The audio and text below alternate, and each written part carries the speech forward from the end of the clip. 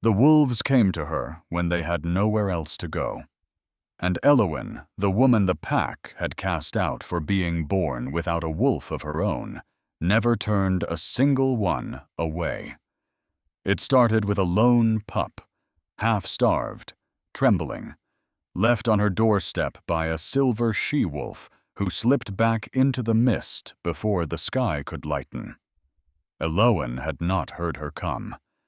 She only heard the crying, that thin, broken sound a creature makes when it has already stopped believing anyone will answer. She answered anyway. She always answered. Then another pup came, and another. Soon the wild wolves of the northern reaches were bringing her every orphan, every abandoned cub, every small life. The pack had decided was too weak to bother saving.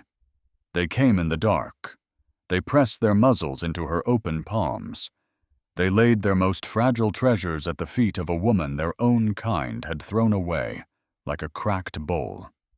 Elowen did not understand it. She only knew she could not refuse, because refusing meant listening to that crying and doing nothing. And she had learned long ago that she was not built for that particular cruelty. Some people could shut a door on a suffering thing and sleep the whole night after. Elowen was not one of them. She had tried once in the lean early days to turn a pup back into the cold because she had no food to spare, and no wood for the fire, and no more of herself left to give. She had lasted 11 minutes, which was, she would tell you, about 10 minutes longer than she was proud of. So now there were 12 pups, 12 mouths, 12 small rib cages rising and falling in the low orange light of a fire she kept burning through the night, because young things fear the dark, and she would not let them fear it alone. The cottage sat at the edge of everything, past the last farmhouse, past the boundary stones, past the point where any respectable member of the pack would lower themselves to set a foot. This was the land of the forgotten, and Elowen had made it a home, not a grand one. The roof leaked in the corner over the wash basin, and the door had to be lifted a little on its hinges to close, and in winter, the wind found every gap in the walls, like it bore her a personal grudge. But it was warm where it needed to be, and it was hers. She woke before dawn, the way she always did, to the sound of whimpering. A new one. Elowen pushed the threadbare blanket aside and stepped over the sleeping bodies scattered across her floor. Paws, tails, soft bellies rising and falling. She knew the shape of each of them in the dark, now the way a mother knows her children by the weight of their breathing, and she crossed the whole room without setting a heel wrong. She never did. The whimpering was coming from outside. She opened the door, and there on the cold stone of the step sat a gray pup, no bigger than a loaf of bread. Its eyes were clouded with fever. Its ribs stood sharp beneath matted fur. Behind it, already melting back into the tree line, was a great black wolf she half knew from the border patrols, the ones whose whole purpose was to keep creatures like this away from a creature like her. "Wait," Elowen said. The wolf was already gone. They never stayed. That was the strange grief of it. They trusted her enough to hand over their most helpless, and never quite enough to linger and see whether the helpless lived. She gathered the sick pup against her chest and felt its heart racing, much too fast. A trapped bird throwing itself against the bars of a cage it could not see. "Shh," she murmured. "You're safe now. You're safe." And the shivering eased. That was the part no one understood. The part that had made her mother weep into her apron, that had made her father turn his face to the wall in shame. Elowen could not shift.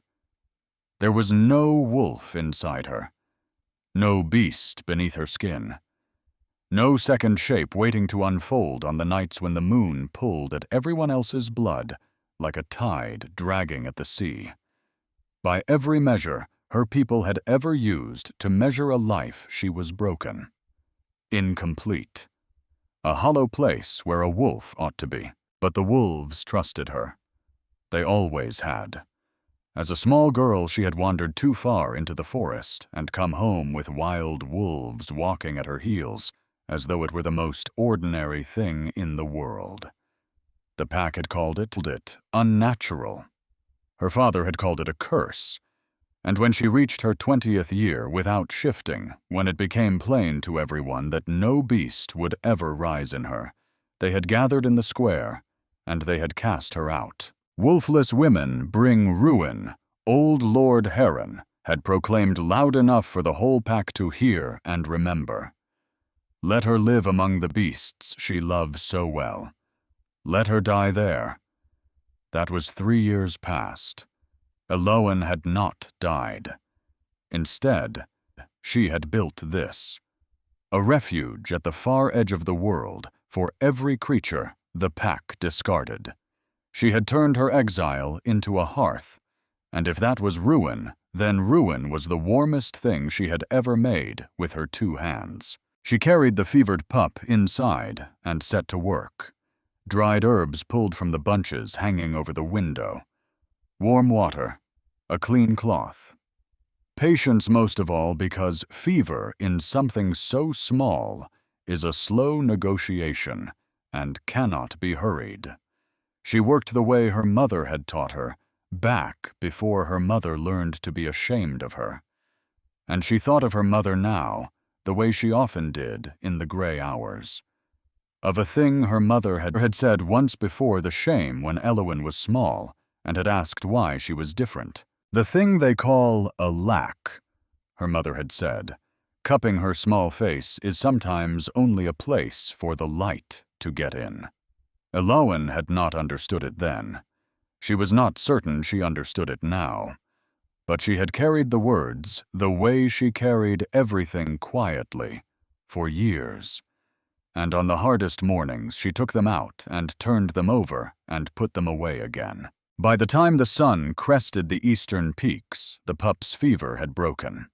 It slept in a nest of blankets near the fire, folded in among the others already taken into the strange little family she had gathered without ever quite meaning to.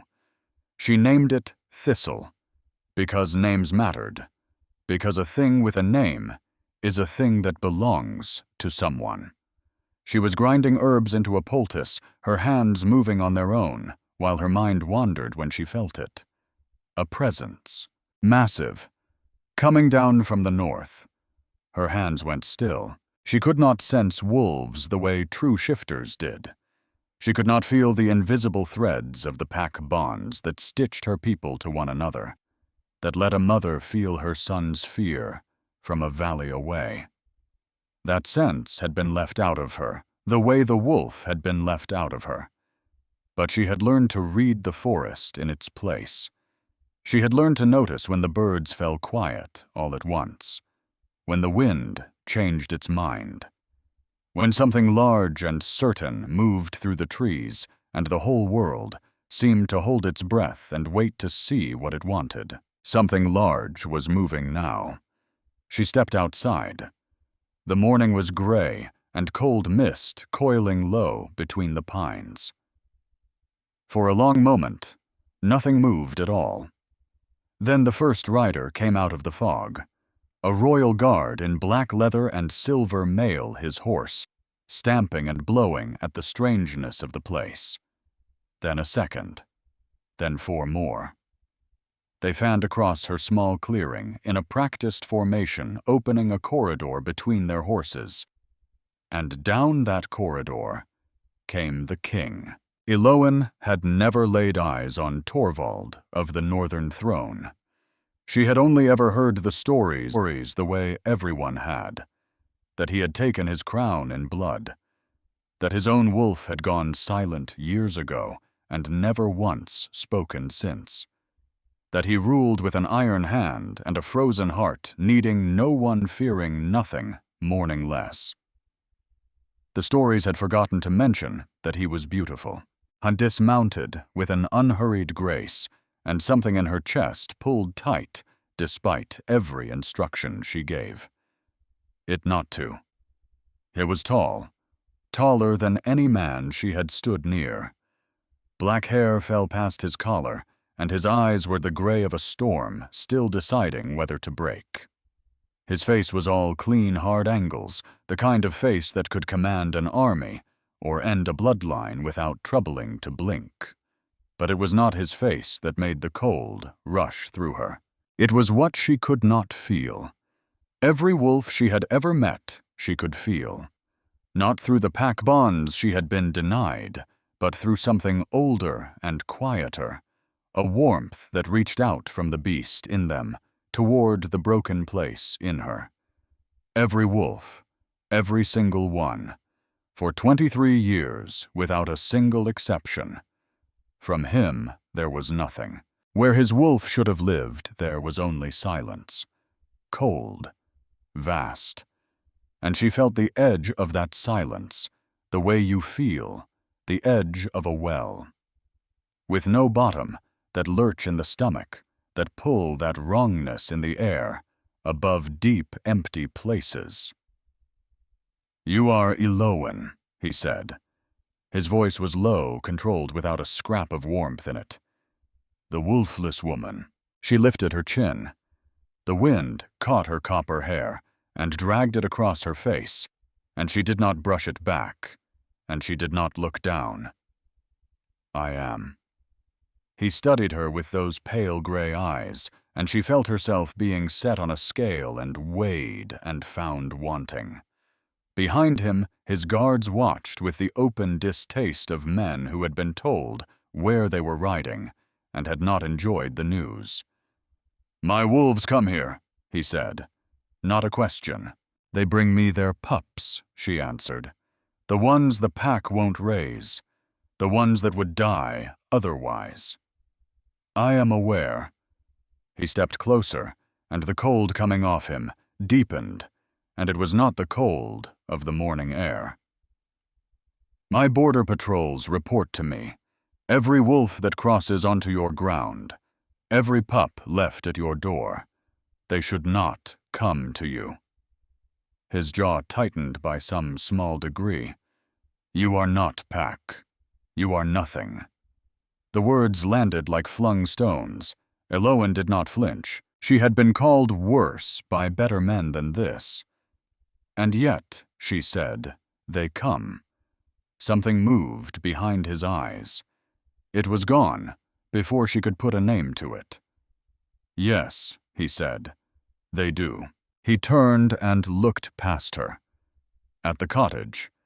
At the small muddy pen where two of the older pups were wrestling and tumbling in the wet. At the low door behind which 12 small lives lay sleeping in a heap. His expression gave nothing away. It was a face that had practiced giving nothing away for so long that the practice had become the man. "You will come with me," he said, "to the capital." Her heart stopped. "What?" "You will be housed in the castle.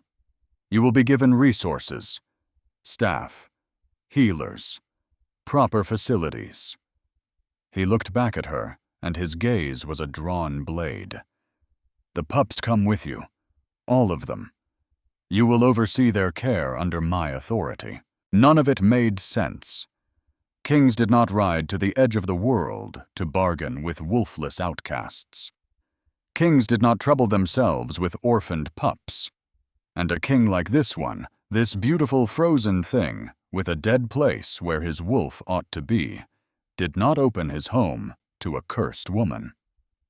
"Why?" she demanded. For a long moment he gave her no answer at all.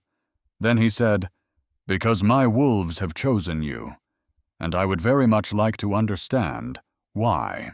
He stepped past her, toward the door. At the threshold, he stopped. He looked down at the pups, sleeping in their tangled heap at the paws, and the soft breathing at Little Thistle folded in among the rest, with the fever gone at last from her small gray body.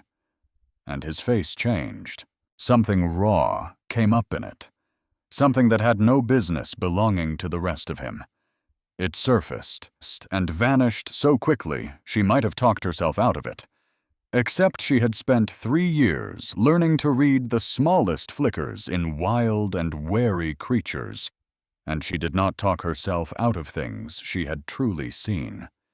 It was longing, a hunger so old and so deep it frightened her.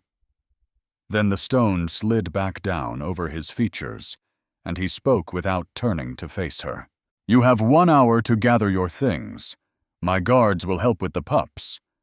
And if I refuse—" Now he turned. Those storm-gray eyes found hers, and she felt a chill that had nothing to do with the morning. "You won't," he said very quietly, "because refusing means abandoning them. And we both know you would sooner die than do that."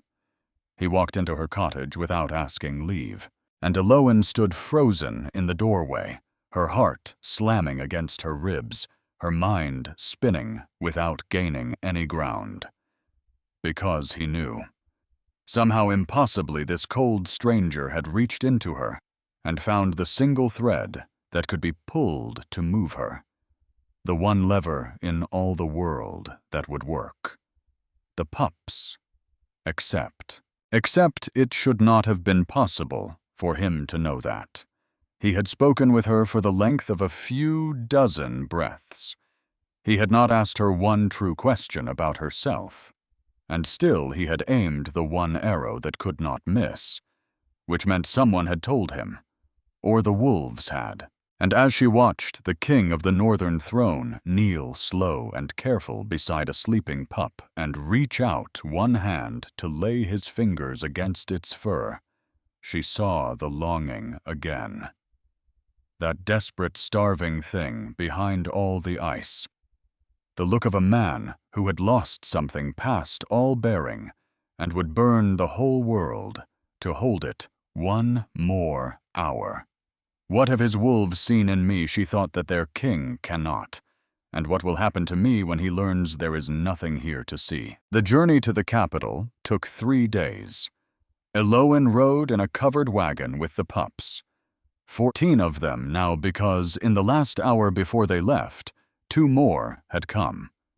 The guards had watched slack-jawed as a pair of wild wolves stepped out of the trees, each carrying a pup by the scruff, and set them down at Elowen's feet, and turned, and were gone as calmly as if they were delivering goods to their rightful owner. "This is unnatural," one guard muttered. "This," said another, older, quieter, "is exactly why she's coming." The king rode at the head of their line and did not once look back. Elowen spent the journey the way she spent every day of her life, tending the ones who needed tending. Thistle grew stronger by the hour. The 2 newest were a brother and sister with matching amber eyes who would not be parted for so much as a breath, and she named them Bracken and Fern and let them sleep pressed together, because some things should not be separated, and she saw no reason to be the one who tried.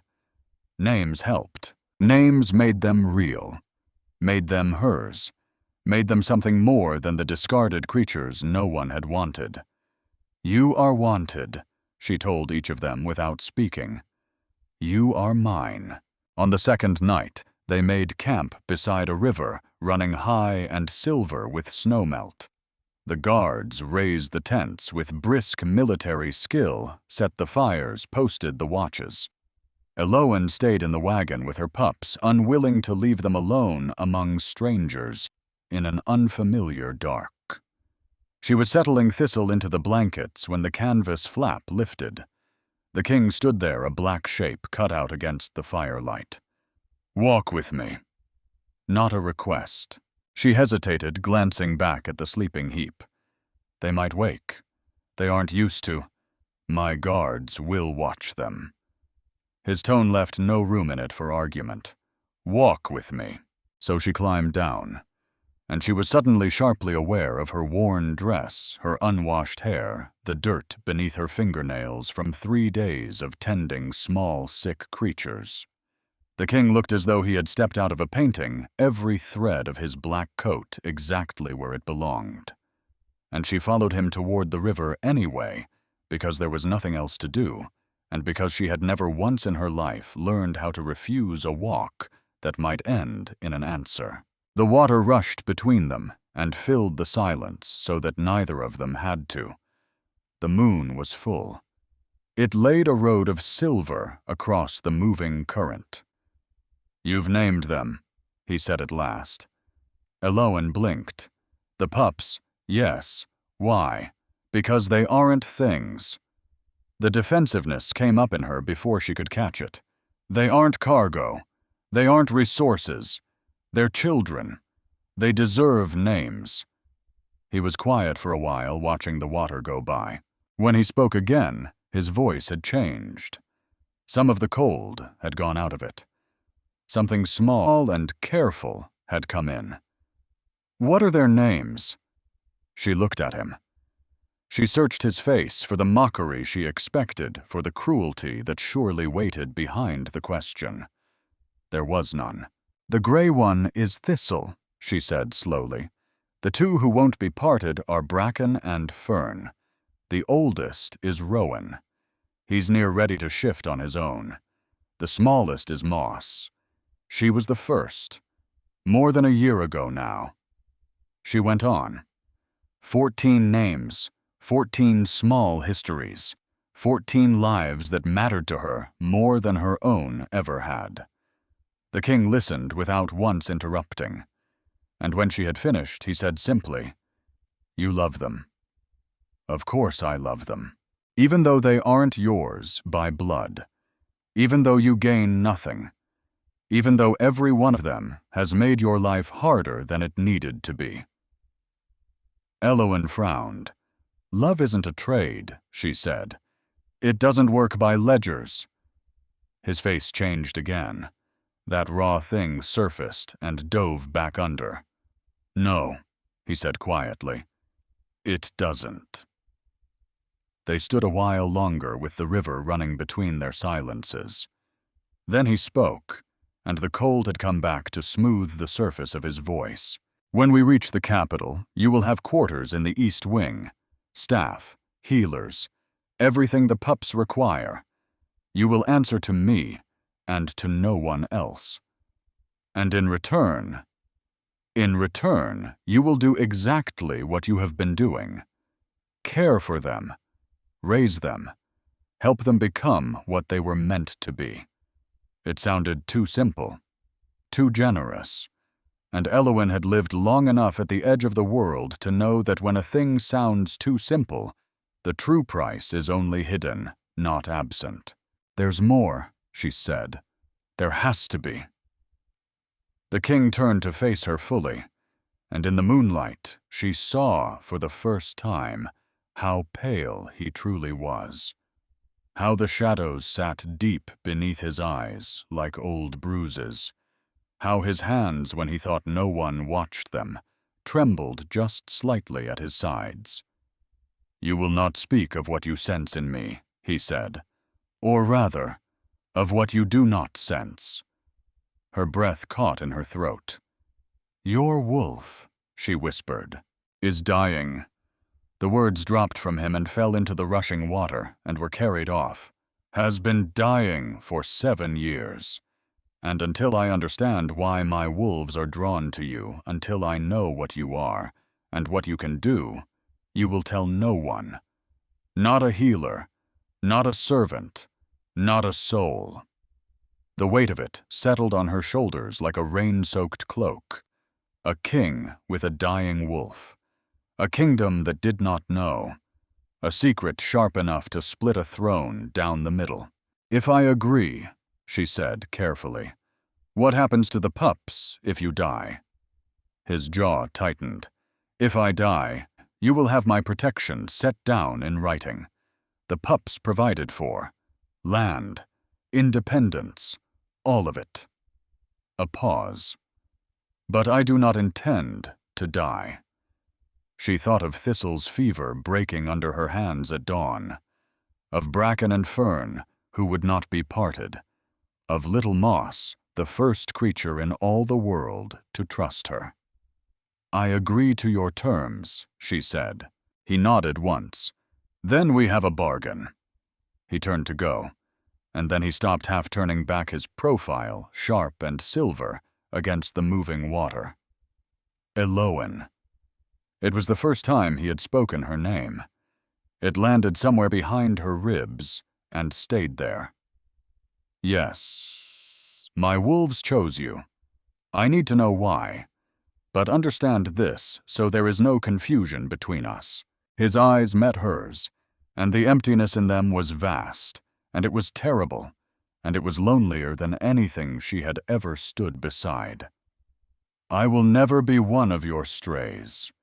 I will never be a thing you save." He walked away before she could find an answer. And Elowen stood alone by the river with her heart pounding, and one thought turning over and over in the dark. He's wrong, because whatever is dying inside him reached for me the moment he stepped out of that fog. That empty place. It called to the empty place in me, and I don't yet know whether answering will save him or ruin us both. But it called. And I have never once in my life learned how to leave a call unanswered. The capital rose out of its valley like a crown of stone and silver. Towers pierced the low gray clouds and caught the thin afternoon light along their spires. The streets ran thick with wolves and human skin merchants and nobles and common folk, and every one of them stopped to stare as the royal procession rolled past. Elowen kept the wagon's flap closed. The whispers found her anyway. Is that her? The wolfless one? Why would he bring such a creature here? Look at all those pups. What is she, some kind of beast, mother? She held Moss closer to her chest. The smallest pup was whimpering at the noise and the strange, thick smells of the city. "Shh," Elowen murmured. "Almost there." The castle gates swung open onto a courtyard larger than her whole village had been. Servants swarmed. Guards barked orders. And somewhere in the churn of it, the king dismounted and vanished into the palace without a backward glance, the way he did everything, as though the world would simply arrange itself in his wake. A woman in gray robes came toward the wagon. Silver hair, sharp blue eyes that missed nothing and forgave little. "You are Elowen. I am Hesta, head of the king's household. You and your charges will follow me." The word charges came wrapped in careful skepticism. Elowen climbed down Moss, still in her arms, and gestured for the guards to begin moving the others. The two old enough to walk Rowan and a fierce little female she had named Sorrel stayed pressed to her legs and growled low at anyone who came too near, too fast. Hesta's eyebrows rose. "They're protective of you." "They're frightened," Elowen corrected. "It's all new to them." The East Wing was grander than anything Elowen had ever dreamed a place could be.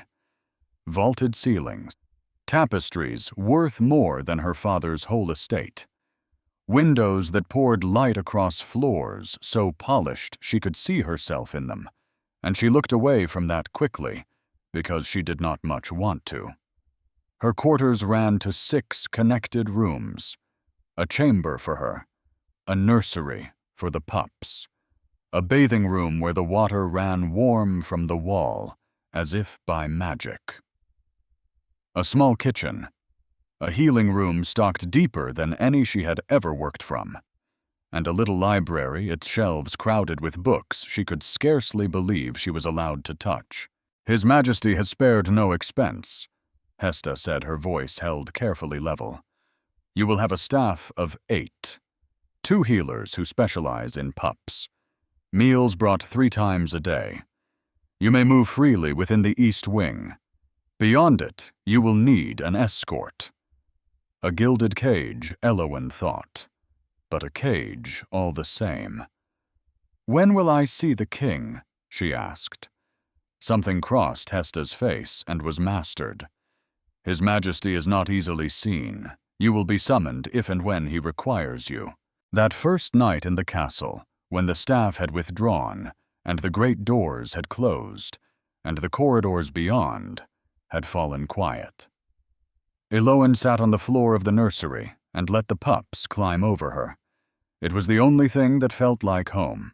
The room was too large, and too fine, and too clean, and it smelled of beeswax and cold stone, instead of wood smoke and dried herbs, and the silence pressed in. Wrong. But the pups did not care where they were. They tumbled and squabbled and burrowed into her lap exactly as they always had, and one by one they wore themselves out against her, and she gathered them close in the strange fine dark, and named them over to herself like a prayer. Thistle, bracken, fern, rowan, moss, sorrel, and the rest. You are wanted. You are mine. She did not sleep much. She lay listening to the unfamiliar castle breathe around her, the distant footsteps of the watch, the wind finding different gaps in these walls than it had found in hers. And she thought about the void she had felt, where the king's wolf should have been. That silence with an edge to it. That well with no bottom. She had never in 23 years met a wolf she could not feel, and she could not stop wondering what it meant that the one wolf hidden from her belonged to the coldest, loneliest, most guarded man in the whole of the kingdom. 3 quiet days passed before the trouble found her. On the 3rd morning, a servant left a small wooden box outside the nursery door without a word. Plain, unmarked, the kind of thing that carries something a person would rather not answer questions about. A note tucked beneath the lid instructed her to open it alone, so she did. Inside, on a bed of black velvet, lay a pendant, silver shaped like a wolf's paw, a single moonstone set at its heart. Old, simple, the kind of old that means loved. Beneath it, in a precise hand. This belonged to my mother. She believed wolves could sense what people cannot. She was right. Wear it or don't. But know that under my roof, no one will touch you. Elowen held the pendant a long time. The moonstone caught the light and gave it back softer. His mother's. He had given her something that mattered. Why, she clasped it at her throat, and the cool silver settled against her collarbone, and somewhere deep in the great stone body of the castle, in rooms she had never seen, she felt a flicker of warmth reach across the vast, cold silence and touch her. It was gone, almost before she registered it. But she did not take the pendant off. She was still turning it over in her mind when the door opened without a knock, and a young woman swept in. She was beautiful, the way a drawn blade is beautiful. All bright edges and cold shine. Her hair was a deep autumn red, her eyes a hard gold, and she carried herself like a woman who had never once in her life been told no and did not intend to begin hearing it now. "So," she said, circling Elowen slowly the way a hawk circles an open field. "This is her, the wolfless wonder." Hesta had come in behind her and bowed stiff as a fence post. "Lady Seraphine, I wasn't told you'd be visiting. I go where I please." Seraphine stopped directly in front of Elowen and looked her up and down. "You don't look like much." Elowen met her gaze and did not blink. "And you are—" A flash of surprise quickly buried. "I am Lady Seraphine Vance, daughter of Lord Draven Vance, future queen of this throne." She smiled, and the smile went nowhere near her eyes. Or I was. until the king decided to bring home a pet project. The meaning of it landed like a slap. Future queen. This woman had expected to marry Torvald, and she looked at Elowin and saw a rival where there was only a tired woman and 14 orphaned pups, and a secret heavy enough to sink her. "I'm not here to be anyone's queen," Elowin said carefully. "I'm here for the pups. Nothing more. Is that what he told you?" Seraphine laughed, and the sound was a wine glass cracking. "The king does nothing without a reason. If he's brought you here, it's because you have something he wants. And when he's taken it, when he's wrung you dry of whatever use you are, he'll set you aside like all the others." She leaned in, and her voice dropped to something almost gentle, which was somehow worse. "I've watched it happen. The healers who swore they could cure him. The witches who came peddling their miracles. They all end the same way, wolfless one. Broken, banished, or buried." Hesta stepped forward. "Lady Seraphine, I must ask you to go." Seraphine's lip curled, but she withdrew, sweeping toward the door, and at the threshold she paused and looked back over one shoulder. "A word of advice for what it's worth to a creature like you. Whatever you think you sense in him, whatever small hope you're clutching in that hollow chest, let it go. Torvald of this throne has no heart left to give." Her smile turned to poison. "Ask anyone what became of his mate. Ask what he did when she died. And then tell me whether you still want to save him." She was gone before Elowin could find a single word to throw after her. Hesta let out a slow breath. "I apologize for that. Lady Seraphine is persistent in her ambitions."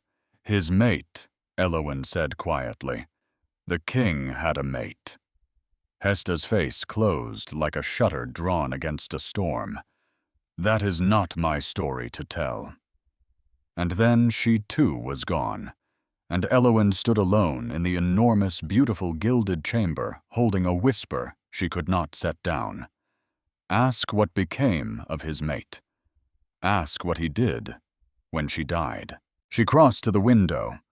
Below, in a courtyard of gray stone, she could see the king moving through a knot of advisors, his black coat stark against all that pale stone.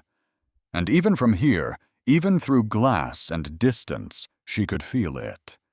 The void, the silence, that terrible aching absence where a wolf should live and breathe and run. And standing there, she understood something she had not let herself understand before. It was not simply dying. It was grieving. Whatever had broken in him had broken long ago.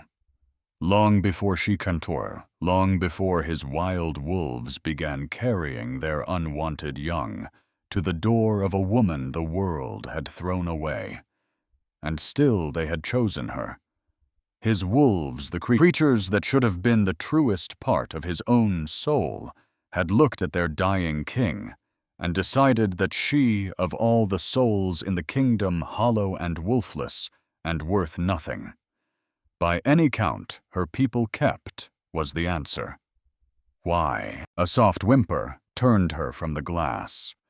Thistle had woken and come padding across the vast floor on unsteady legs, looking very small in so much grandeur. Elowin knelt and gathered the pup into her arms. "I don't know what I'm doing here," she whispered into the soft gray fur. "I don't know what any of you want from me. I don't know how a person is meant to save a king whose wolf has already given up." Thistle licked her chin, and in that wordless, hollow place where wolves had always found her, a whisper answered. Not words, only a direction pressed against her like a nose against a palm. Find him. Reach him. Before it's too late. Elowin closed her eyes. She had spent her whole life being told what she was not. Not whole, not worthy, not pack, not enough. But the wolves had always known something the pack could not see. The wolves had always looked at the hollow in her and found instead of an emptiness, a door. If the king's wolves believed she could reach him, then perhaps they were right. And if Seraphine Vance was right as well, if reaching for him would break her, banish her, bury her, then at least it would be said that she had tried. She had never once learned how to leave a crying thing alone in the dark. She was not about to learn it now to save her own skin in a castle full of strangers who thought her nothing. She pressed her lips to the top of Thistle's small, warm head, and she made her choice. I will find out what happened to him.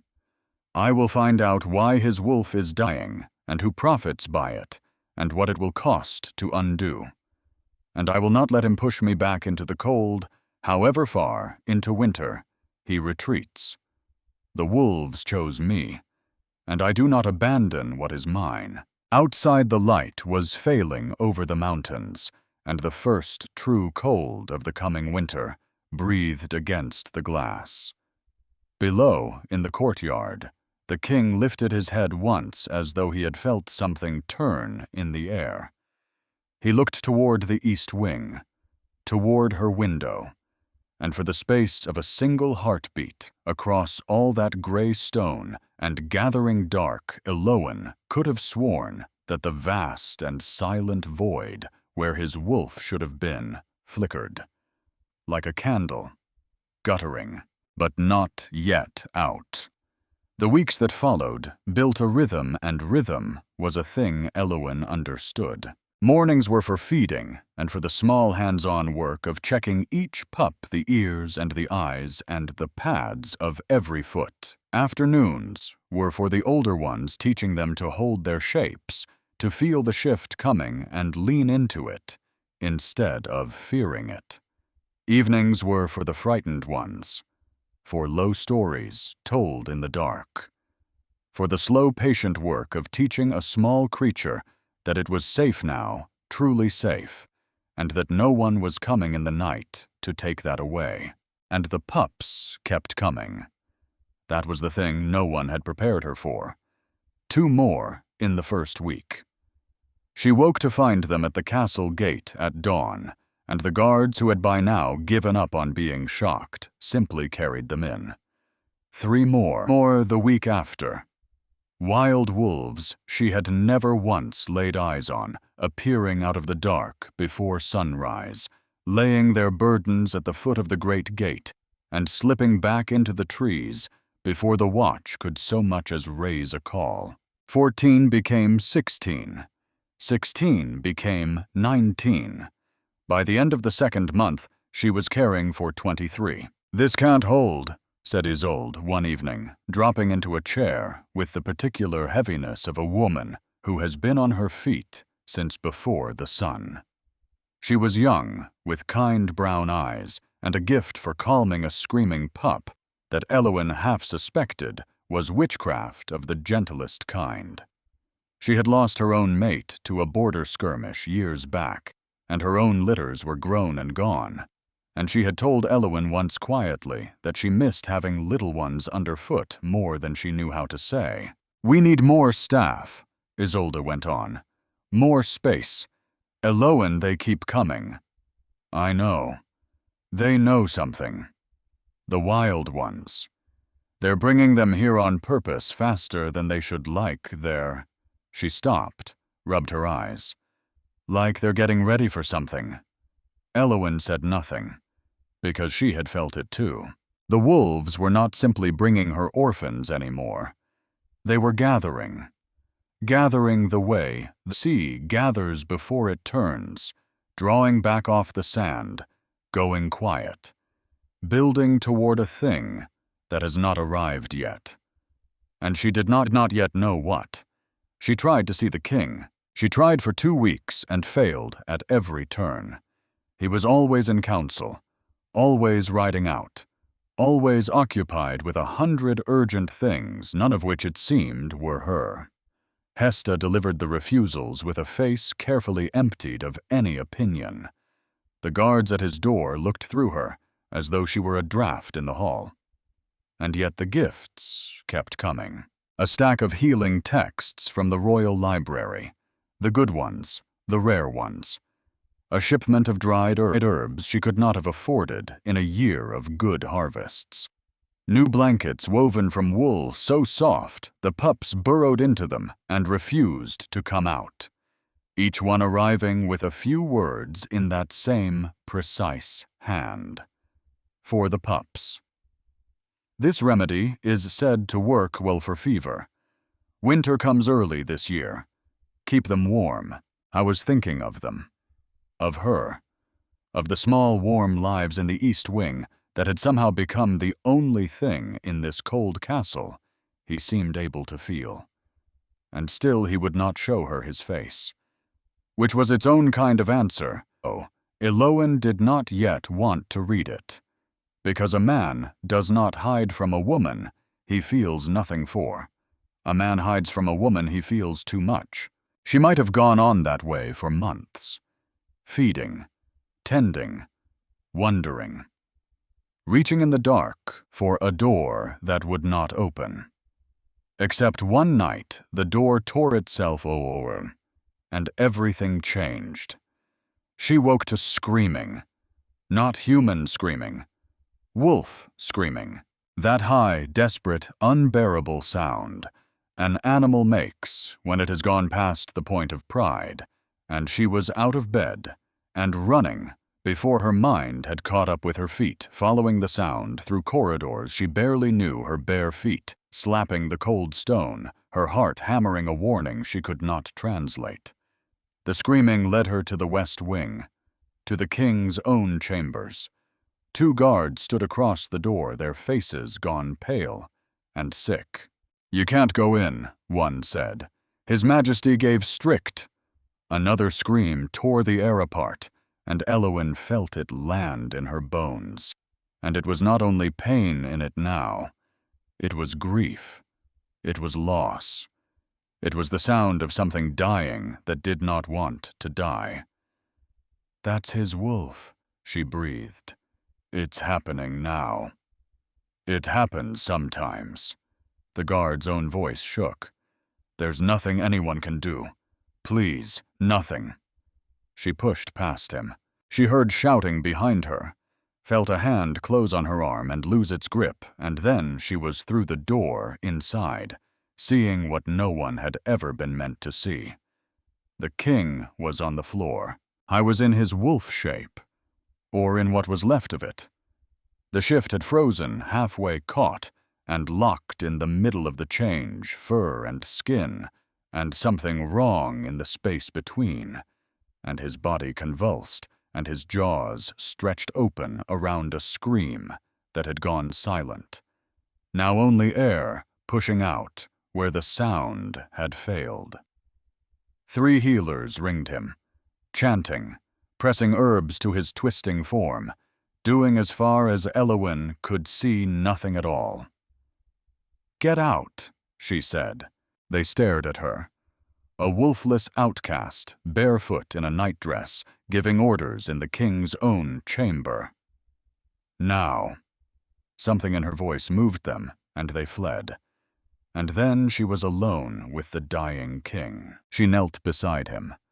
Up close, the wrongness was worse, and she made herself look at it anyway, because looking away had never once helped a suffering thing.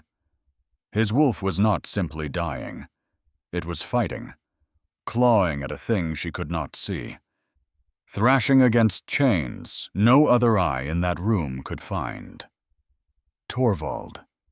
She laid her hands on him on the terrible half-formed heat of him, and did not let herself flinch. "Listen to me. I'm here." His wild eyes rolled and found hers, and for a heartbeat, she saw him in there. The man beneath the beast. Terrified. In torment. And so completely, so utterly alone that the loneliness reached out and closed around her own throat. "You're not alone," she said. "I'm here." He convulsed again, a howl building and breaking in him. And Elowyn did the only thing she had ever known how to do. She reached, not with her hands, not with words, with that nameless thing inside her, that hollow place where a wolf should have lived and never had, that opening that had drawn wild creatures to her side, her whole life long. She reached into his pain and folded herself around it, the way she folded herself around a fevered pup at dawn, the way she had learned before she had words for the learning. I'm here. You're not alone. I'm here. The convulsions slowed.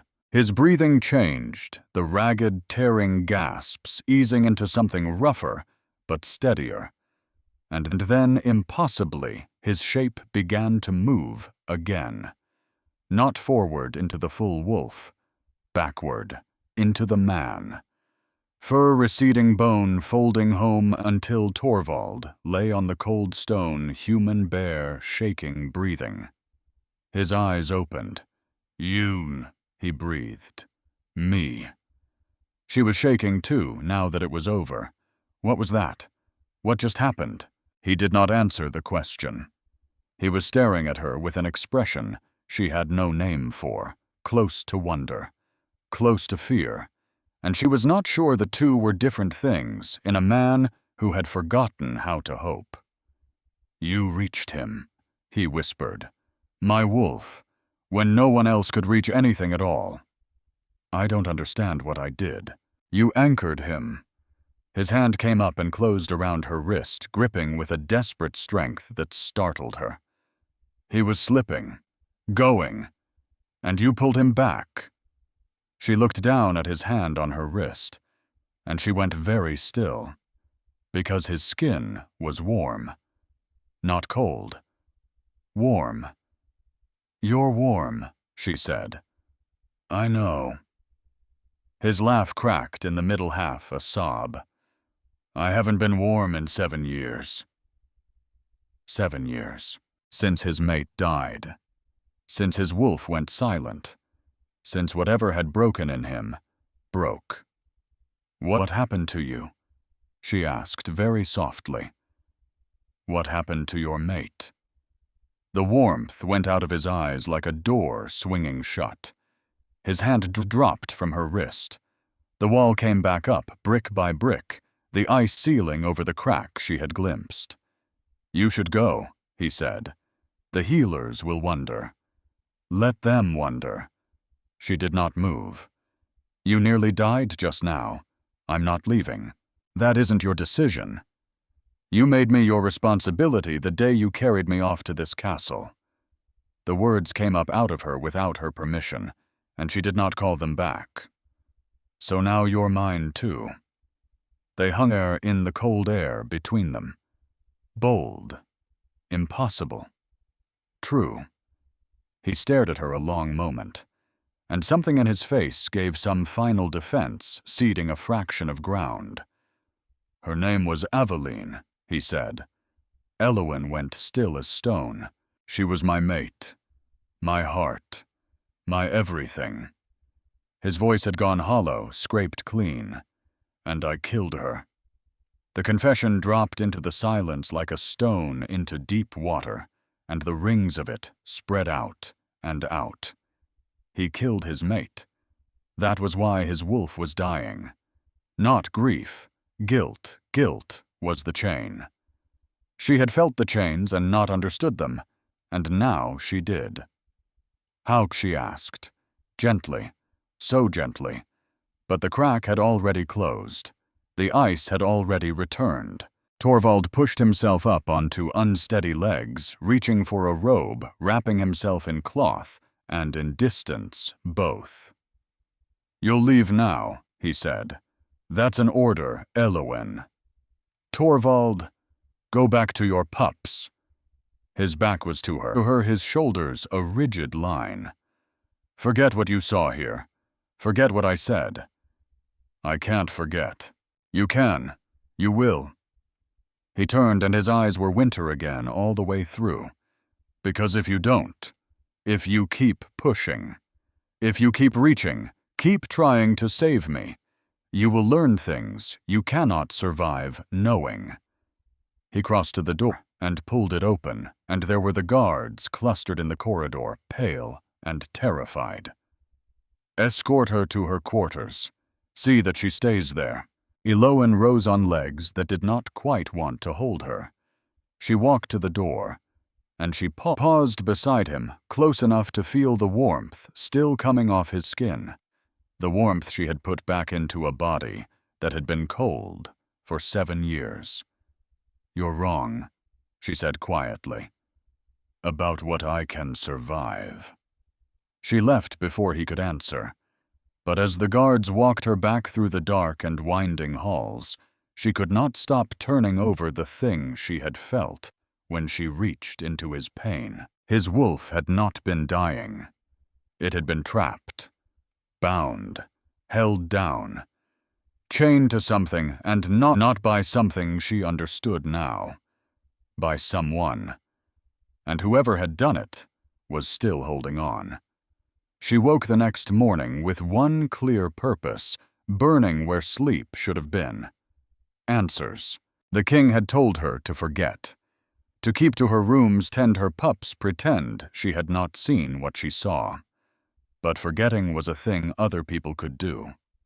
Every time she shut her eyes, she felt it again, that reaching that connection, the sensation of something vast and drowning, clinging to her, the way a man clings to the last splintered board of a wrecked ship. His wolf was bound. She was certain of it now, in her marrow. Bound by what? By whom? And how did a dead woman's name tie itself to the chains? She needed one who knew the old history.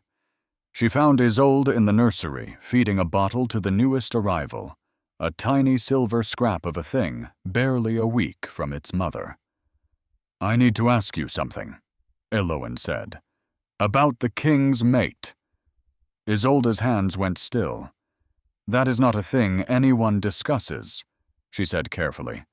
"Not if they want to keep their place, or their head. I'm not asking for gossip. I'm asking because I think it matters more than either of our heads." Elowen knelt beside her. "Last night his wolf nearly died. I reached him. I pulled him back. But Isolde, what I felt in there. His wolf isn't dying the way a thing dies of age or illness. Something is holding it down. On purpose." The color drained from Isolde's face. She set the bottle aside. "What I'm about to tell you," she whispered, could see us both dead. You understand that? Yes. Isolde closed her eyes, gathered herself, and began. Her name was Aveline. She was beautiful, and she was kind, which is rarer and matters more. Everyone loved her. She and Torvald were true mates, the real kind. Fated, bound from the first moment they laid eyes on one another, so deep you could feel the warmth of it just standing in a room with the two of them. Her voice dropped lower, but not everyone was glad of the match. "The Vances," Elowen said. Isolde looked at her sharply, then nodded. "Among others, but the Vances most of all. That family had been promised the throne for 3 generations, one way or another. When Torvald chose Aveline over Seraphine Lord Draven, took it as a wound to the whole bloodline. He never forgave it. Not the slight, not the woman who caused it. What happened to her? She died in childbirth." Isolde's jaw tightened. "That's the story that was told. The labor came hard, the healers couldn't save her, and the babe was lost with her. That's what everyone was told to believe. But there were whispers." Isolde's eyes had gone haunted. That it wasn't natural. That someone had seen to it she would not survive the night. That the birth was only the cover thrown over a murder. Elowen's heart was slamming now. He said he killed her. His own words. Isolde flinched. He blames himself because he wasn't there. He was away when she went into her labor. off dealing with a skirmish at the border that Lord Draven himself had reported. A conflict that turned out to be nothing at all. Smoke and no fire. By the time Torvald rode back, Aveline was gone. The child was gone. And his wolf. She stopped. His wolf felt her die. Eloin finished, felt the bond snap while he was too far away to do anything but feel it. More than that. Isolde's voice was barely there now. They say he went mad with it, shifted and would not shift back. For weeks. Tore half the West Wing apart with his own claws, and when he finally came back to his own skin, his wolf had gone quiet. Not dead, not gone, only silent, as if something had reached in and bound it to that one moment of grief, and would not let it move past. The pieces were sliding into place one by one, and Eloin did not like the shape they were making. Who was the healer, she asked. The one attending Aveline when she died. Isolde hesitated. Long. Isolde? Who? Lady Seraphine's aunt. The name came out of her like a splinter working loose. Morwenna Vance. She was the royal healer then. She was sent away after cast out supposedly for failing to save the queen. But she's alive. Living up in the northern reaches, kept in comfort by Lord Draven's coin and Lord Draven's reach. And there it was. A false alarm at the border to draw the king away.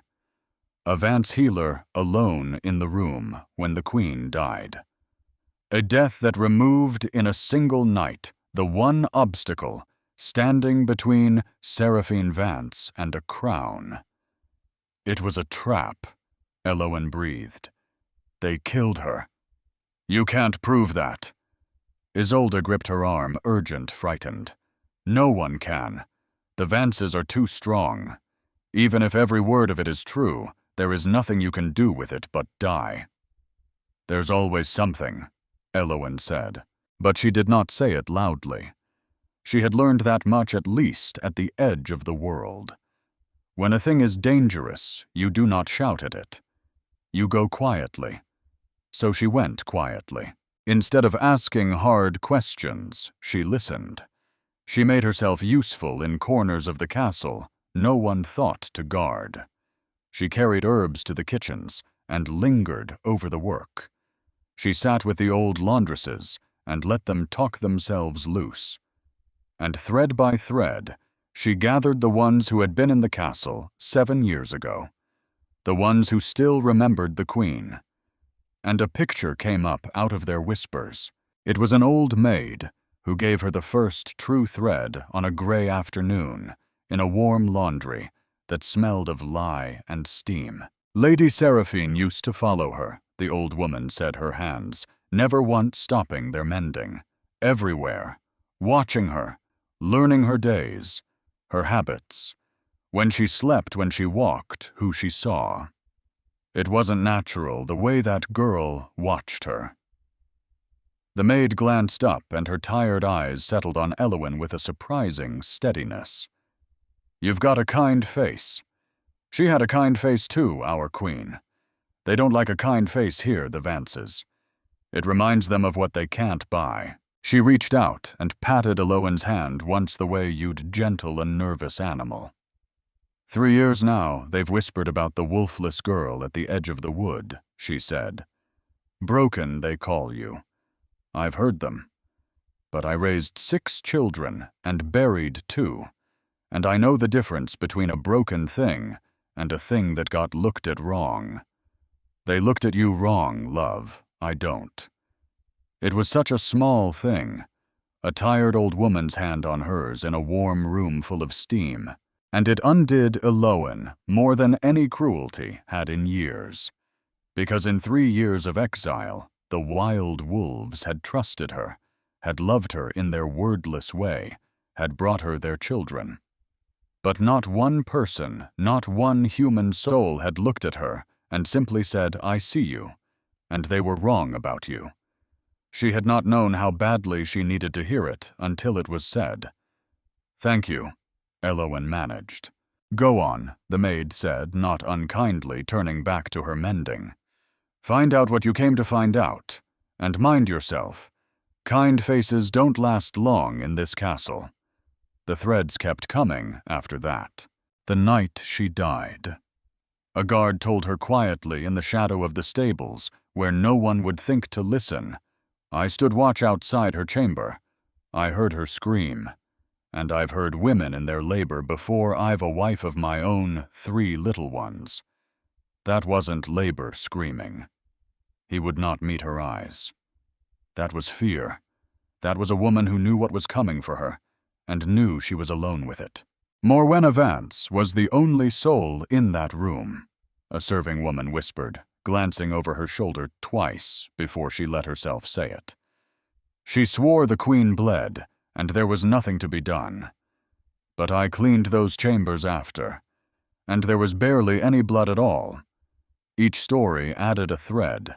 Each thread pulled the picture tighter. Aveline had been murdered. The child with her. And someone had taken that moment, that snapping of a sacred bond, and used it to bind a king's wolf into its grief and keep it there year upon year, so that the man would either break entirely or bend at last and marry the very woman who had helped destroy him. But it was the last thread that undid her. She found it in the nursery of all places on an ordinary afternoon. The healing texts the king had sent from the royal library. She had been working through them for weeks, hunting remedies. And tucked deep into the spine of one, an old herbal so worn, its cover had gone soft as cloth. A folded scrap of paper had slipped down and lodged where no one had thought to look in 7 years. She almost missed it. She had nearly turned the page. Except a corner of it caught the light, and she worked it free with careful fingers, and unfolded it, and the cold went through her, all the way to the bone. It was written in a woman's hand. Rushed, pressed hard into the paper, the way you write when your hands are shaking and you do not have much time. Half of it was a lullaby, the kind a mother hums over a cradle, the words soft and round, and full of a love that had never gotten the chance to be spoken aloud. And half of it was not a lullaby at all. If you are reading this, then I was right to be afraid. I have felt eyes on me. I have felt the days closing in. I do not know who to trust with what I know, so I am trusting the one who cannot yet be born. Guard your father. He will blame himself for what is coming, and the blame will be a chain, and someone means it to be. Do not let him carry it. Tell him it was never his to carry. It was not signed. It did not need to be. Aveline had known. She had known she was being hunted in her own home, in the last place in the world. A person is supposed to be safe. And with no one left, she dared trust.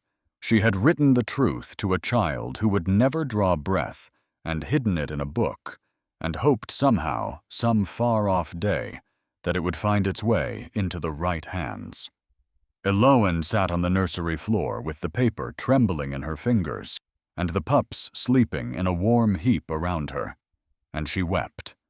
Not for herself, for a woman she had never met, who had faced the end alone, and spent her last hidden minutes not begging for her own life, but trying to save the man she loved from a guilt that would outlast her by 7 years and counting. Tell him it was never his to carry. Elowen pressed the note to her chest, and made a second promise, one even the wolves had not asked of her. She would put this into his hands. She would break the chain Aveline had reached across her own death to warn him of, whatever it cost. She was so lost in it that she did not hear the door. "You've been busy," said Seraphine Vance. Elowen's head came up. She folded the note away fast into the pages of the herbal and prayed it had been fast enough. Seraphine stood in the doorway, beautiful and cold, watching her with those hard gold eyes, asking questions, talking to servants, sitting with old women over their mending. She stepped into the room, and the pups woke, and every one of them rose, growling hackles up, forming without a sound into a loose wall between the woman and Elowen. Seraphine glanced at them, and her lip curled. "Did you think I wouldn't hear of it?" "I didn't much care whether you did," Elowen said. She got to her feet. She kept her voice even. "Because a frightened creature does not shout." Seraphine laughed. "You're either very brave or very stupid. I've never been able to decide which with your kind." She circled slow. "You want to know what happened to the sainted queen. You think if you can only puzzle it out, you can put him back together. Fix your king. Earn your place." "Can I?" "No." Seraphine stopped in front of her. "Because what's broken in him wasn't an accident. It was made, carefully, by people who have no intention of ever letting it heal." Elowen's blood ran cold, but she held the woman's gaze. "You," she said. "My aunt is a healer, living quietly in her retirement." But the satisfaction glittered under the words, undisguised, because Seraphine believed truly. Believed that a wolfless woman was no danger to anyone alive. She leaned in, and her voice dropped to a silk-soft whisper. "The king's wolf is bound to his grief. As long as he blames himself for her death, the binding holds. And here is the part I have always found so beautiful." Her smile was poison poured slow. "He can never be free unless he lets her go. And letting her go means admitting she was taken. Admitting he failed to keep her safe. Admitting that everything he has suffered for 7 years was handed to him by people he trusted at his own table. And he would rather die than admit that. His pride is a lovely thing. It will finish what my family began." She stepped back and spread her hands wide as though presenting a gift. "So he marries me and secures his line. Or he dies, and the council names my father regent. Either road ends with a Vance on the throne. It always did." Elowen's hands had curled into fists at her sides, shaking with a rage she had not felt since the day they cast her out. "I won't let that happen." "You won't let it." Seraphine's laugh was light, delighted, honestly amused. "You, a wolfless nothing with a floor full of strays. What in the world do you imagine you could do?" "I pulled his wolf back from death," Elowen said. 2 nights ago, when your binding nearly finished him." The amusement fell off Seraphine's face all at once, like a mask coming loose. "Yes." Elowen took a step forward, and the pups moved with her 23 small bodies pressing at her heels. "I reached him. I anchored him. Whatever your family did to chain his wolf into that grief, I reached through it. And I can do it again, as many times as it takes." For the first time, fear moved across Seraphine Vance's beautiful face. "Stay away from him," she hissed, and all the silk had gone out of her voice. "Stay away, or I will take everything. Your pups, your healers, every soft thing you've gathered around yourself in this castle. I will burn it to the ground and make you watch."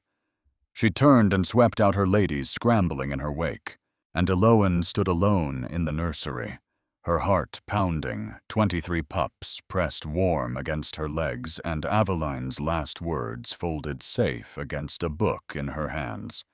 She had her answer now. The whole of it. The trap. The binding. The truth buried under 7 years of a good man's guilt. But understanding was not the same as undoing.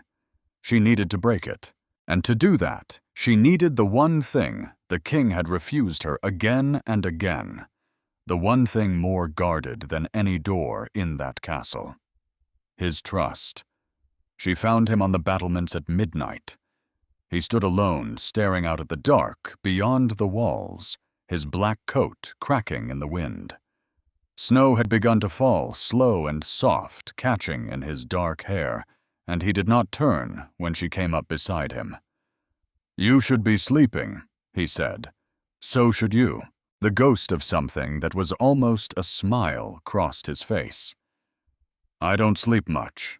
Not anymore." She came to stand beside him at the cold stone rail, close enough to feel the warmth still coming off his skin, the warmth that had not faded once since the night she reached his wolf and pulled it back from the edge. She did not tell him about the note. Not yet. Some truths have to be handed over gently in the right hour, or they shatter the person who receives them. But she told him the rest. "I know what happened to Aveline," she said quietly. "I know she was murdered. I know the border skirmish that drew you away was a trap set for exactly that night. I know Morwenna Vance was the only soul in the room when she died. And I know the Vances have spent 7 years waiting for you to either marry into their arms or fall into your grave so they can take the throne either way." The king went rigid. The snow fell between them. And when at last he spoke, his voice was barely more than the wind. "Who told you this?" "Everyone," she said. "No one. The truth was never hidden, Torvald. It was only scattered. A little of it in every frightened whisper in this castle.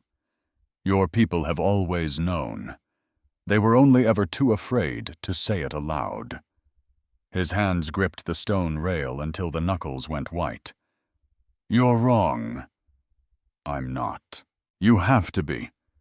He turned to face her, and his eyes were wild now, the ice cracking straight down the middle. "Because if you're right, then I failed her. I rode off to chase a lie while they came for her in our own bed. I left her. I left her and our child to—" His voice broke clean in half, and Elowen did the only thing she had ever known how to do, with a suffering thing. She reached for him, not into him, only her hand laid over his on the cold stone. "You didn't leave her," she said. "You were sent away by people who spent months, maybe years, learning exactly how to move you. You didn't fail her, Torvald. You were deceived by the ones she trusted most. There's a difference, and it's the difference that's been killing you. I should have known." "How?" The word came out of her fierce and certain. "How could you have known? You were a man who trusted his own counsel. That isn't a crime. That's the wound they cut into you and salted." I was trembling now. This great cold king shaking in the falling snow like the smallest of her strays. "Your wolf didn't go silent because the bond broke," she went on gentler. "It went silent because you blamed yourself so completely that he couldn't bear to feel what you were feeling. So he hid. And someone reached into that hiding place and turned the key behind him and threw the guilt in after to keep him there. Your wolf isn't dying, Torvald. He's a prisoner. And you've been standing outside his cell for 7 years, holding the key, too afraid to look down at your own hand." Torvald stared at her, and the snow gathered in his dark hair and in the moonlight and the falling white. He did not look like a king at all. He looked like a man who had been alone in the cold so long he had forgotten there was any other way to be. "If you try to undo this," he said very low, "her magic will fight you. It's old. It's strong. It has fed on my grief for 7 years and grown fat. Then I'll fight it harder. You could die. I could." And she lifted her chin, and she did not look away. "But I would rather die reaching for you than live knowing I stood on a battlement in the snow and chose the cold instead." Something broke in his face. The last wall. The final defense. She watched it go. "Why?" he asked, and his voice cracked around the word. "Why do you care what becomes of me? You owe me nothing. I took you from your home. I have hidden from you for weeks. Why?" Eloin thought of all the reasons she could give him. The pups who needed a steady kingdom to grow up in. The wild wolves who had chosen her for exactly this. Her mother's voice saying the thing they call a lack is sometimes only a place for the light to get in. But in the end, only one answer was true, so it was the one she gave. Because somewhere along the way, she said softly, you became mine too, and I don't abandon what's mine. Not for a king, not for a curse, not even for you when you're trying so hard to make me. Torvald closed his eyes. When he opened them, they were wet, and the snow melted where it touched his warm skin. And for the first time since she had met him, he did not look away. Then we do it together, he said, whatever it costs. And far below them, in a sealed and shadowed room where old hate had made its home, Lady Seraphine Vance received word that everything her family had built across 7 careful years had begun at last to come apart. She smiled, and she sent a raven north. They gathered at dawn. Eloin had insisted on witnesses. If she was going to try to break the work of a blood witch, she wanted people in the room who could speak to what happened. People who could carry the truth out of it, whichever way it went. Because there was a version of this morning where she did not walk out of that room at all. She had made her peace with it. Or she had told herself she had, which is a different thing, and she knew it, and she went ahead anyway.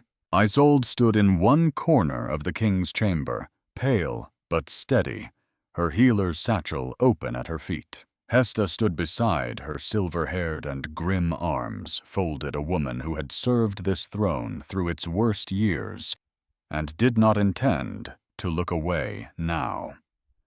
3 of the king's most trusted guards ringed the walls, men who had served his father before him and had never once bent to Vance coin.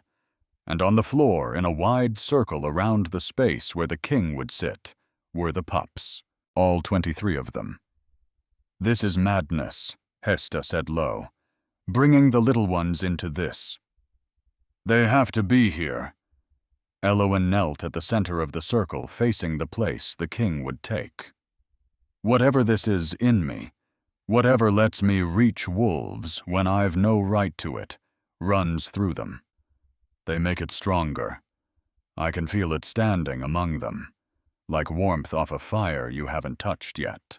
Torvald sat cross-legged on the cold stone, stripped to the waist, his skin pale in the thin gray light coming through the high windows. The cold had crept back into him in the night, worse than before, as though the binding had sensed what was coming and dug its claws in deeper. His hands were not quite steady. She pretended not to see it. He pretended not to need her to. Tell me what to do, he said. Close your eyes.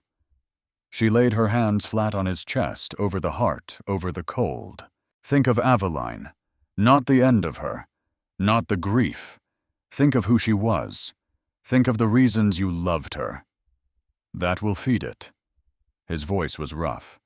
The binding lives on her, on losing her. No. Eloin shook her head. The binding feeds on guilt, on grief. Love is a different thing entirely, and it's the one thing your witch never thought to account for, because I don't think she has ever felt it. Guilt says you failed her. Love says you cherished her. One is a chain, the other is a door. We're going to walk through the door.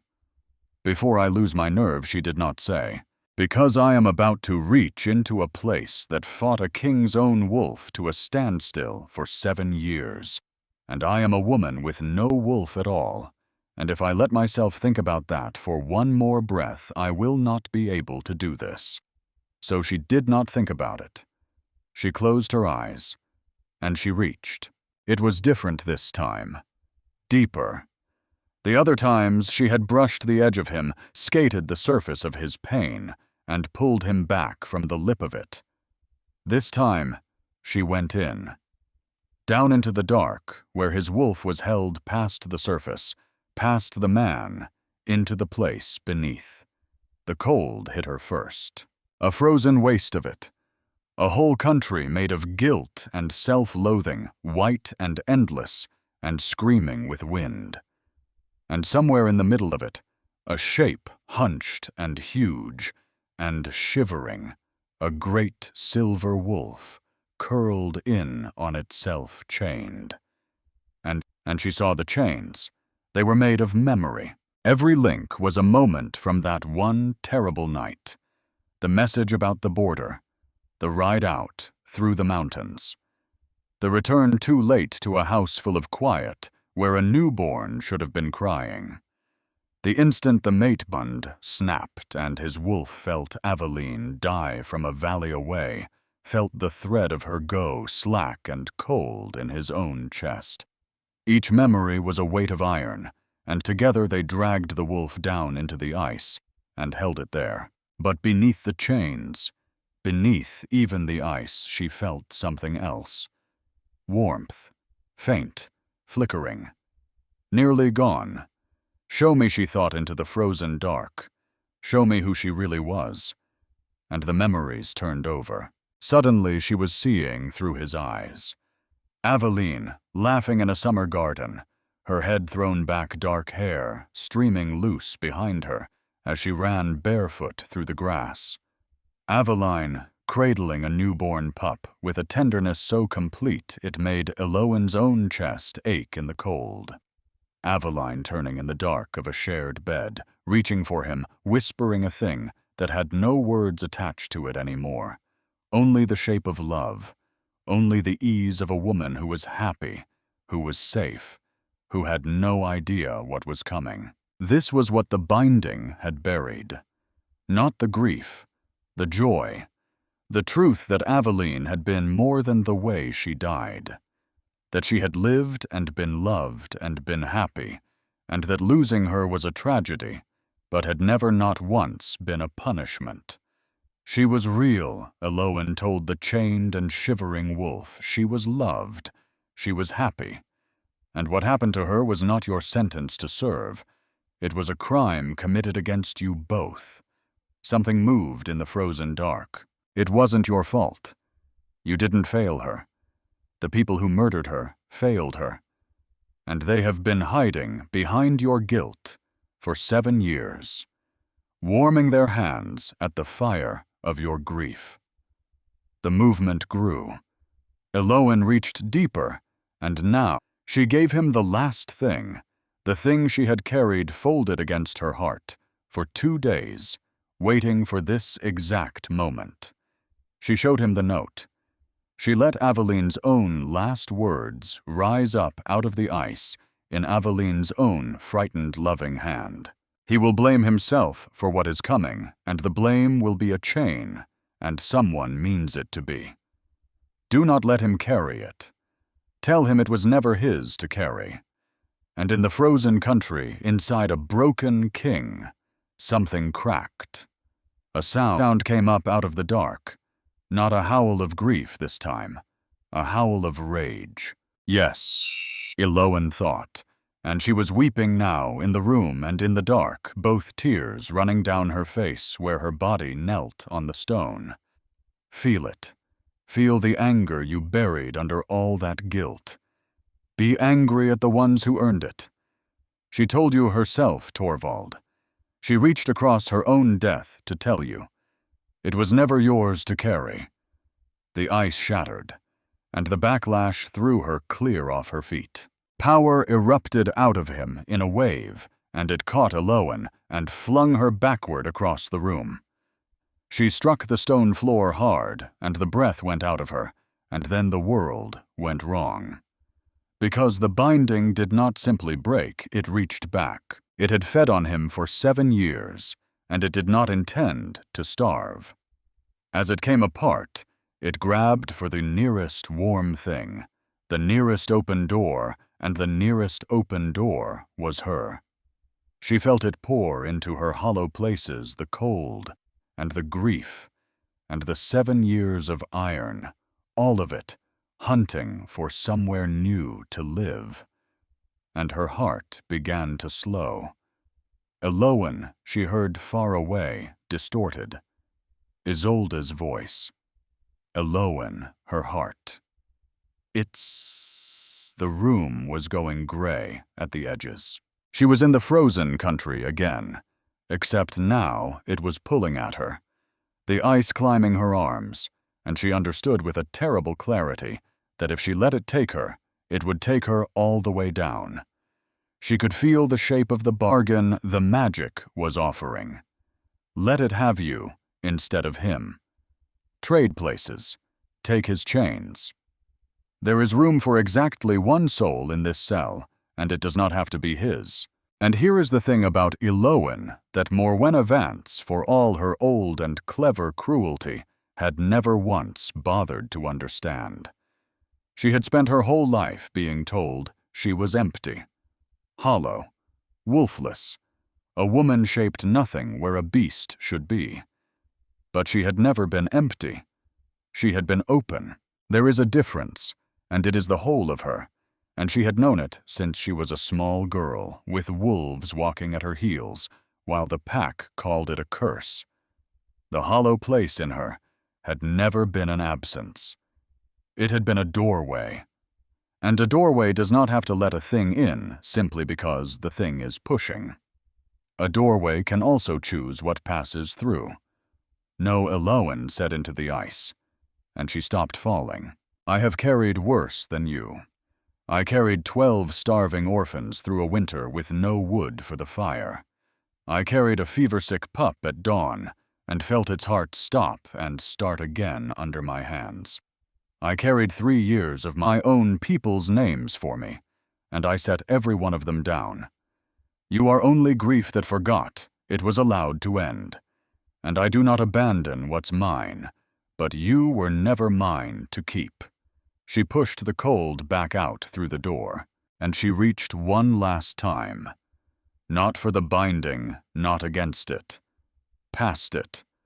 She reached for the 23 small, warm lives ringed around her body on the stone.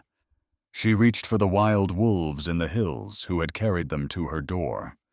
She reached for every wolf in the whole of that kingdom who had ever felt her pass, and turned toward her, without knowing why. And they answered. All of them. At once.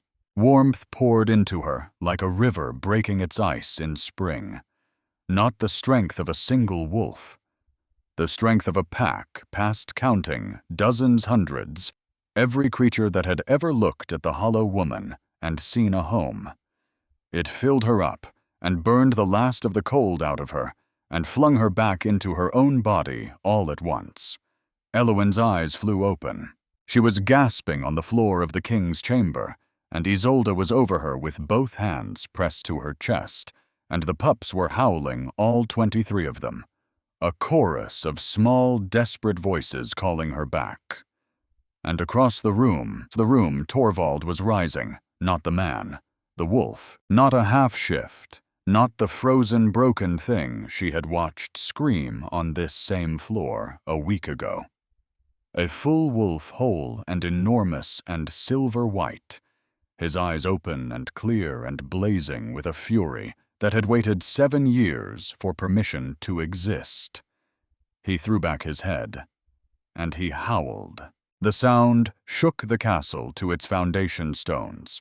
It rolled out the high windows, and down over the sleeping capital, and up into the mountains beyond. And it was not a howl of grief, and it was not a howl of pain. It was the sound of a thing that had been buried alive, finally clawing its way back into the light. The pups answered him. 23 small voices lifting to meet the Great One. Their alpha was awake. Their alpha was free. And they were his, and he was theirs, and no blood magic in the world could touch a bond made of that. The silver wolf turned, and for one breathless moment, Elowen, still on the floor, still shaking, feared what she had loosed. That 7 years of caged rage would come off him like a flood, and drown them all. But the great head lowered, and the wolf crossed the room to her, slow, and pressed his muzzle into her open palm, into the hollow of a hand that had never once in her life been empty. "Thank you," she felt him say, though he had no words, though wolves have never needed them, with her. "Thank you for finding me in the dark." Tears ran down her face into his fur, and that was the moment the doors burst open. Lady Seraphine Vance stood in the ruined doorway, flanked by a dozen of her father's guards in Vance colors, and behind her, half carried between two attendants, was an ancient woman, white-haired, bent, her eyes glittering with a malice that 7 years of comfortable exile had done nothing to dull. Morwenna Vance. "Well," the old witch said, and her voice was the sound of ice cracking underfoot. "It seems the little wolfless girl has been busy." Torvald's wolf spun to put himself between her and Elowen, a snarl building in his chest that rattled the stones. "Don't trouble yourself, Your Majesty." Morwenna lifted one gnarled hand, and dark energy crackled and coiled between her fingers, wrong-colored humming. "My binding may be broken, but I have power enough left to end the both of you where you stand. And then my niece will have at last what was always meant to be hers." "You murdered my mate!" The words came out of the wolf's throat, impossibly deep-layered with the man beneath. "You murdered my child. You have tortured me for 7 years, and I would do it again tomorrow." Morwenna's smile was a terrible thing. "This throne belongs to my blood. It always has. Your little queen was an obstacle. You are an obstacle. And this," her glittering eyes cut to Elowen, "this hollow stray you dragged in from the wilds is nothing but the last obstacle, easily removed." She raised her hand higher, the dark power gathered, building toward something final, and Elowen stood. She was still shaking. Her legs did not entirely want to hold her. But she got up off that floor, and the 23 pups rose with her, and she stepped past the great silver bulk of the king's wolf out into the open between the witch and everyone she loved. "You're wrong about one thing," she said. Morwenna's eyes narrowed. "Oh, and what would a wolfless nothing know about that word?" Elowen's voice did not shake, even though the rest of her did. "Wolfless. You've all built your whole cruelty on it.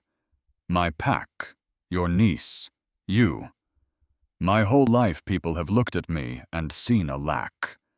Broken, empty, wrong." She took a step forward. The pups moved with her ranks closing at her back. "But the wolves never saw me that way. Not once. Not ever. The wild ones brought me their children. His wolves chose me over every soul in this kingdom.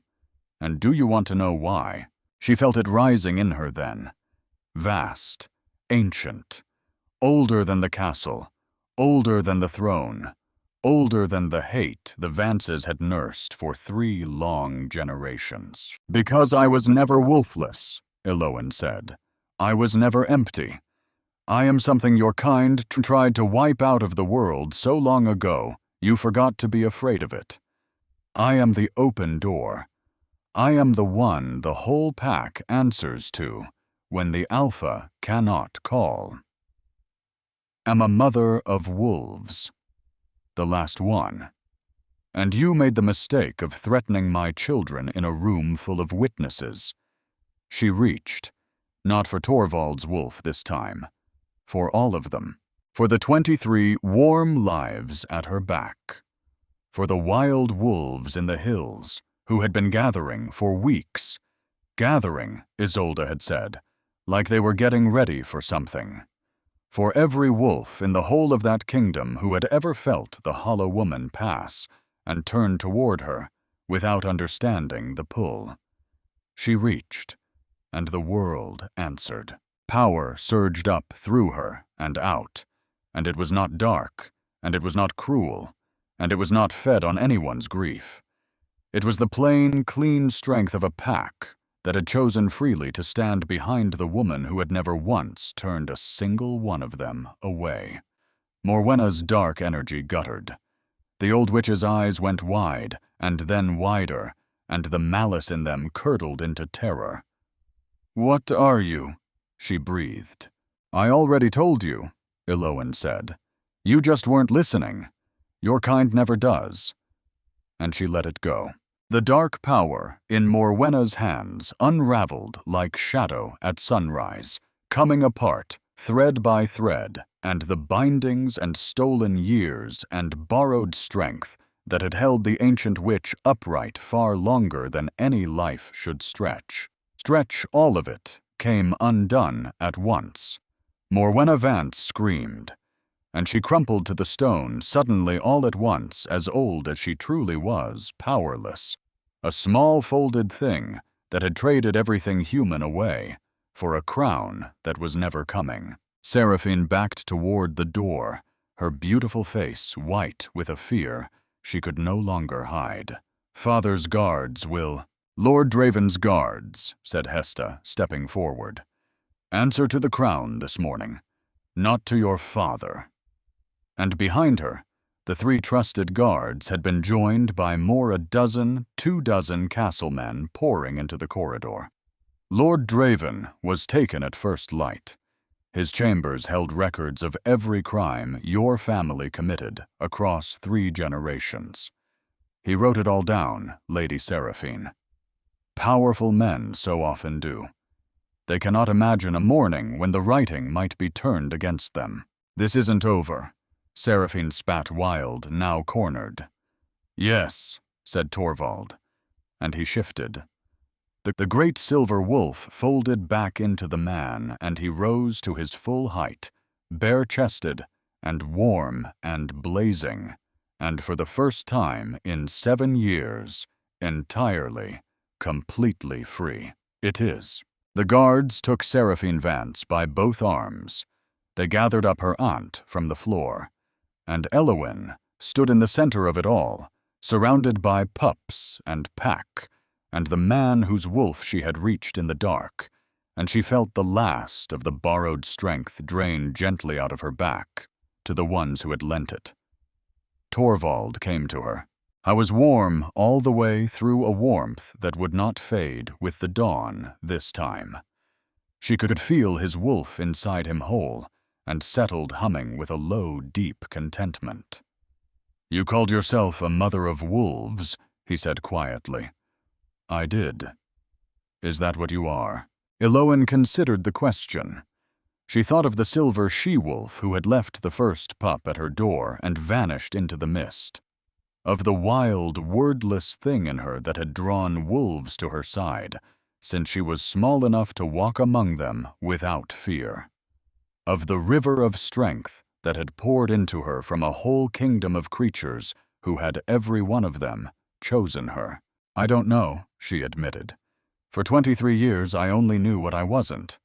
I'm still learning what I am." She looked up at him. "But whatever it turns out to be, I'm yours." Torvald smiled.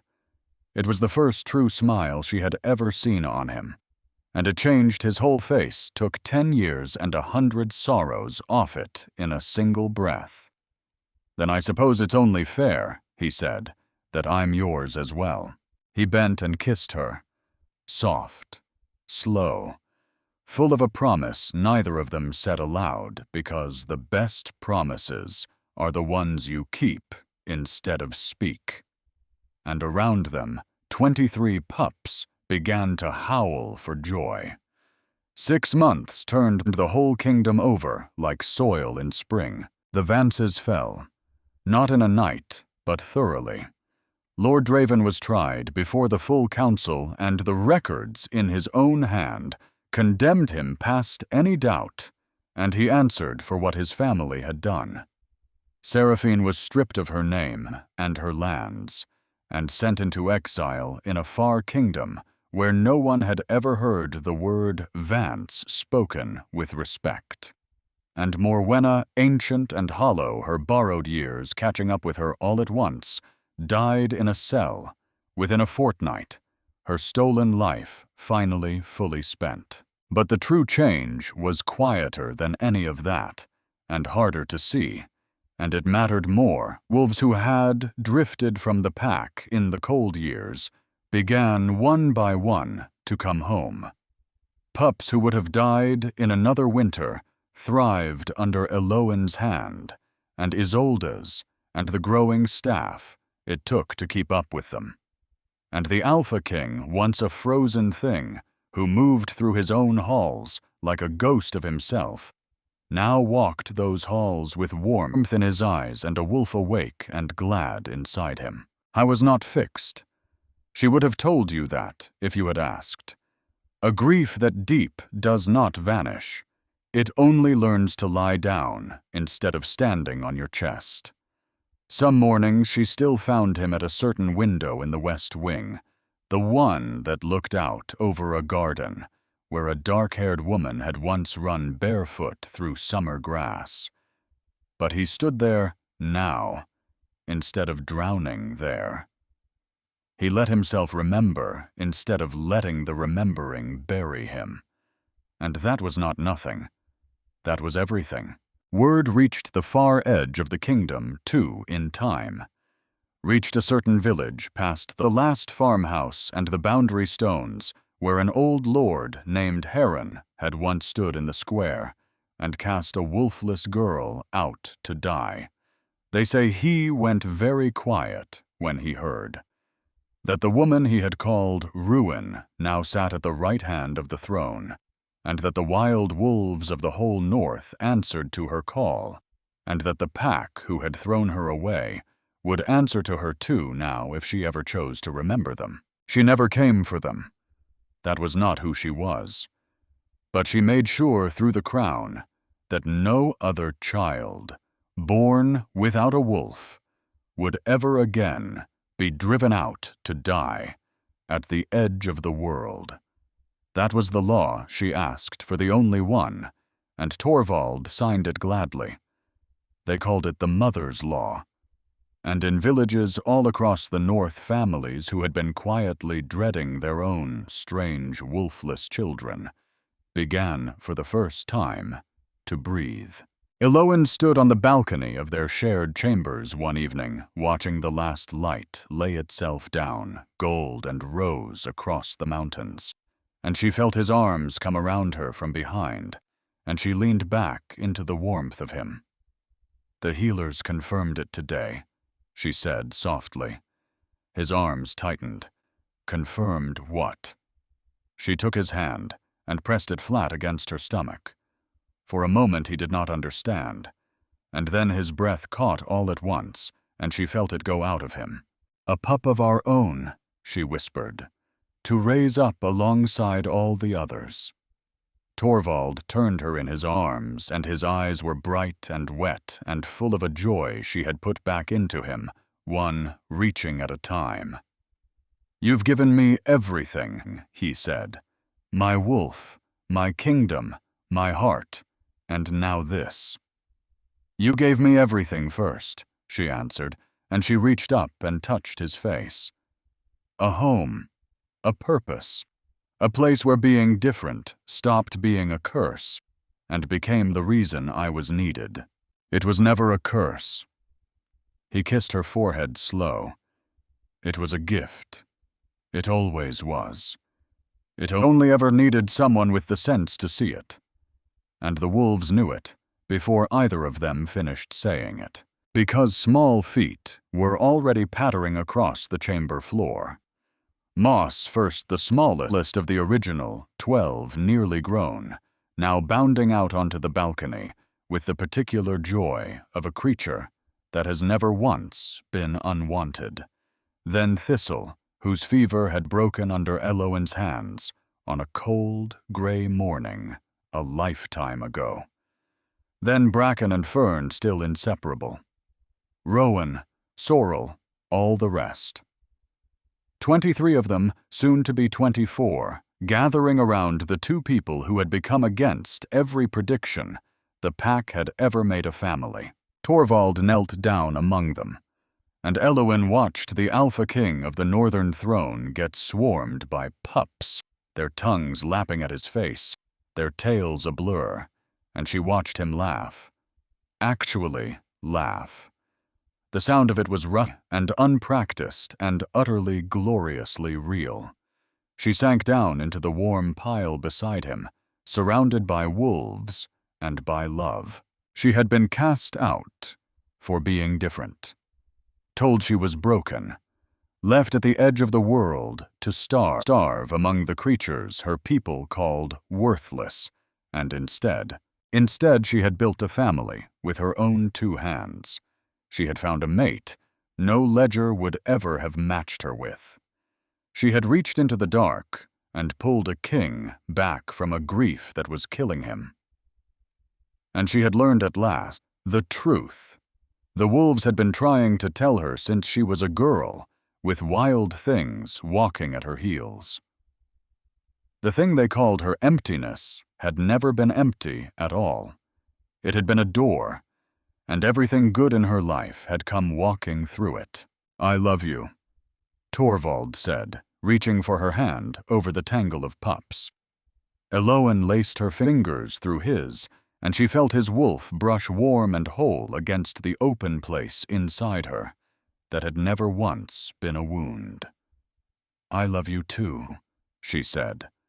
And somewhere out in the mountains, past the walls, past the last farmhouse, past the boundary stones where a wolfless woman had once made a home out of everything the world threw away, a wild wolf lifted its head and howled. One by one, the others joined, a chorus rising in the dark, singing for their mother of wolves, singing for their alpha come back from the cold, singing for a family that had risen up whole and warm out of the ashes of everything that was meant to destroy it.